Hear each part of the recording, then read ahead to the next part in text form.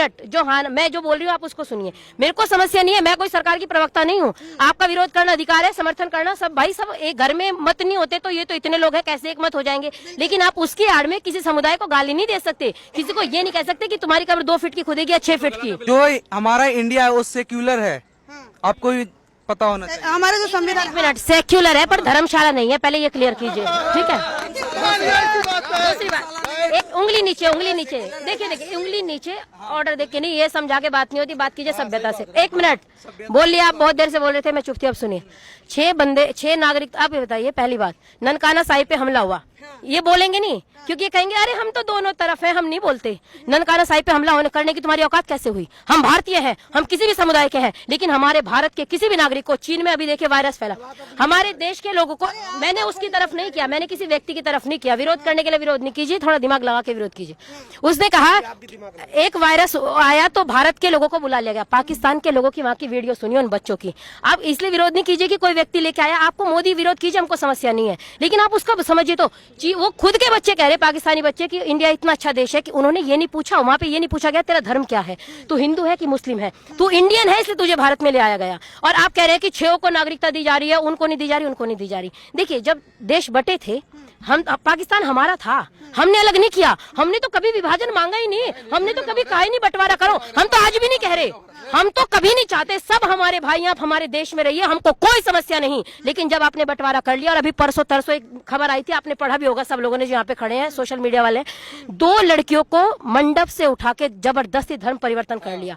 आज आप 1 minute, CA पे आपको समस्या है, आपकी आवाज नहीं खुलती, वो मेरी और आपकी बहनें हो सकती थी। अगर मेरी बहन को कोई मंडप से उठा के ले जाए, हम उसको कच्चा चबा जाएंगे। और वहां पे 2 बहनें उठा ली गई, और ये सीए का विरोध करने वाले एक बार उस मुद्दे पे बात नहीं करते। और अगर आप विरोध भी कर रहे हैं, अगर मीडिया आ रहा है तो आप बात कीजिए ना, एक महिला बात कीजिए ना, फलाने को नहीं नागरिकता दी जा रही। अरे भाई साहब, जब सबको भारत की नागरिकता चाहिए तो बंटवारा क्या कद्दू बनाने के लिए लिया था?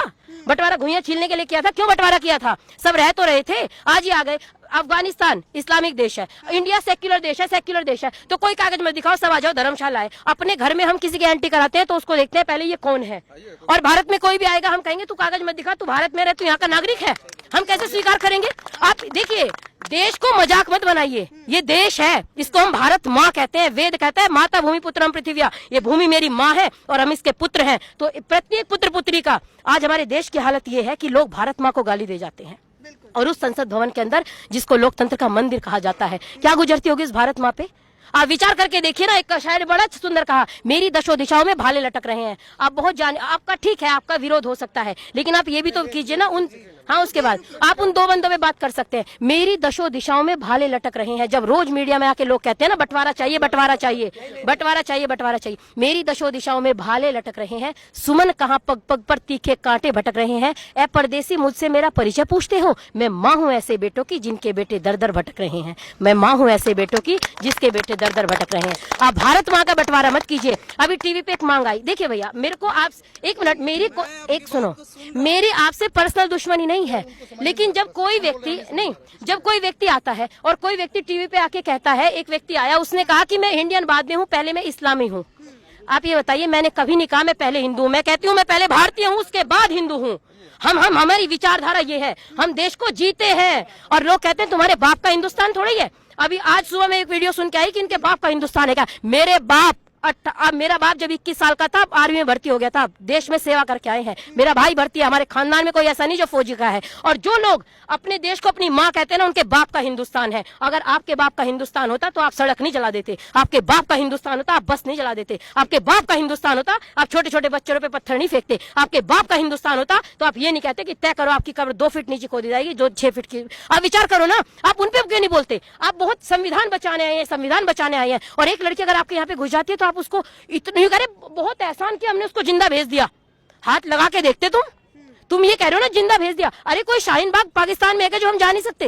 ये हमको प्रूफ चाहिए, उसकी पहचान पत्र। हम भी तो यही कह रहे हैं भाई, पहचान पत्र दिखाओ। और देखिए, कोई जबरदस्ती, आप भारत के नागरिक हैं, आप हमारे भाई हैं। एक मुस्लिम भाई का इतना सुंदर इंटरव्यू में उसका सुन रही थी, उसने कहा बरगलाया जा रहा है, हमारे विरुद्ध कुछ नहीं है।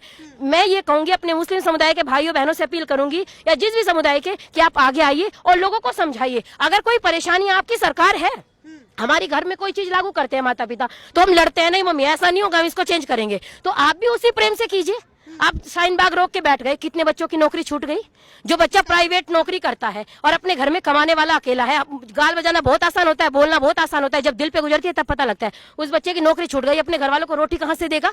एक जवान लड़के की जब नौकरी छूटती है ना, उसको पूछ के देखिए कितना दर्द होता है। आप उस मुद्दे पे बात नहीं करते। 40 दिन एक रोड बंद कर दी, मैं यहाँ पे हम रोड बंद करके बैठ जाए, अर्थव्यवस्था हिल जाती है एक रोड से। और 50-50 दिन से वो कह रहे हैं दुकान वाले प्लीज दुकान खोलने दो, प्लीज दुकान खोलने दो, हमारी दुकानों का सामान सड़ गया। आप उस मुद्दे पे क्यों नहीं बात करते। हम बिल का समर्थन विरोध करना आपका दायित्व है, आप कुछ भी कीजिए। आप स्वस्तिक का चिन्ह बना रहे हैं, उस पर झाड़ू फेंक के मार रहे हैं। आप कब तक हम सब अपमान सहेंगे।